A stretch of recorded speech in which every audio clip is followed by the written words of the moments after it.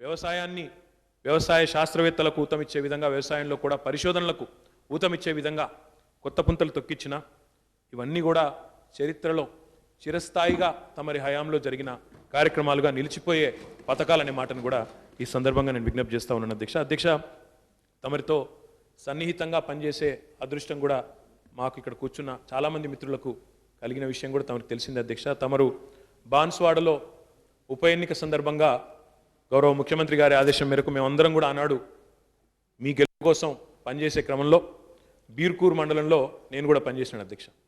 అప్పట్లో మీరు మీ వయస్సును లెక్క చేయకుండా మీరు ఎంత శ్రమతో ఎంత సన్నిహితంగా ప్రజలతో సత్సంబంధాలు పెట్టుకుని ఉన్నారో ఆ నియోజకవర్గంలో కల్లారా చూసే అదృష్టం కూడా మాకు కలిగింది అధ్యక్ష. నిజంగా కూడా శాసనసభలో ఇక్కడ మేము కూర్చున్న ప్రతి ఒక్కరం కూడా మీతో పనిచేసిన ప్రతి ఒక్కరం సహచరులుగా పనిచేసిన ప్రతి ఒక్కరం కూడా మేము చాలా విషయాలు నేర్చుకున్నాం అధ్యక్ష.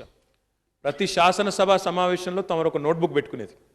శాసనసభ సమావేశం ప్రారంభమయ్యే సందర్భంగా నోట్బుక్ పెట్టుకొని ప్రతిపక్ష సభ్యులు అడిగిన ప్రతి ప్రశ్నను లిఖితపూర్వకంగా మీరే స్వయంగా నోట్ చేసుకొని మీ పిఏల మీదనో మీ సెక్రటరీల మీదనో ఆధారపడకుండా మీరే నోట్ చేసుకుని ఒక నిత్య విద్యార్థి మాదిరిగా ఆసక్తిగా మీరు ఆ మొత్తం సెషన్ అయిపోయే వరకు ఆ డైరీని మెయింటైన్ చేసి ప్రతి గణాంకాన్ని కూడా మీ ఫింగర్ టిప్స్లో పెట్టుకొని మీరు సమాధానాలు చెప్పిన పద్ధతి ఏదైతే ఉందో అధ్యక్ష, ఎంత ఆసక్తితో ఎంత ఉత్సాహంతో మీరు శాసనసభలో పాల్గొనేవారో అది మా అందరికీ కూడా ఆదర్శం స్ఫూర్తిదాయకం అని చెప్పి కూడా నేను గుర్తు చేస్తూ అధ్యక్ష. చివరిగా నాకు బాగా గుర్తున్న సందర్భం ఇక్కడ ఉన్న చాలామంది మిత్రులకు గుర్తున్న ఒక సందర్భం అధ్యక్ష. ఒకసారి శాసనసభ సమావేశాలు పద్దుల చర్చ సందర్భంగా అర్ధరాత్రి 1 గంట వరకు నడిచినాయి అధ్యక్ష. నడిచిన క్రమంలో రాత్రి 1 గంటన్నర వరకు నడిచినాయి అధ్యక్ష. మీరు వ్యవసాయం పద్దు మీద మీరు ఆనాడు సమాధానం ఇస్తూ ఉన్నారు. ప్రశ్నలు అడిగిన ప్రతిపక్ష శాసనసభ్యులు కూడా ఆనాడు లేరు అధ్యక్ష. అయితే 1 గంటన్నర వరకు నడిచినప్పుడు మీరు సమాధానం చెప్పడానికి ఉపక్రమించగానే అక్కడి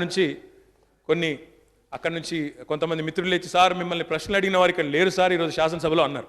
వెంటనే మీరు ఆ రోజు మీ హాస్య చతురత కూడా మాకు గుర్తుంది అధ్యక్ష. నన్ను అడిగిన వారు శాసనసభలో లేకపోవచ్చు కానీ ఇళ్లలో టీవీలు చూస్తున్నారు, వారికి నేను సమాధానం చెప్పవలసిందే అంటూ రాత్రి 1 గంటన్నరకు కూడా మీరు ఓపికగా సమాధానం చెప్పిన పద్ధతి మా అందరికీ కూడా ఆదర్శం అధ్యక్ష. మీరు మా శాసనసభలో మా సహచరుడుగా మీతో కొంత సమయాన్ని గడిపే అదృష్టం మాకు రావడం అదృష్టంగా భావిస్తూ మీరు ఈ ఉన్నతమైన శాసనసభాపతి పదవిలో తప్పకుండా మీరు రాణిస్తారు. మీ అనుభవం అట్లాంటిది.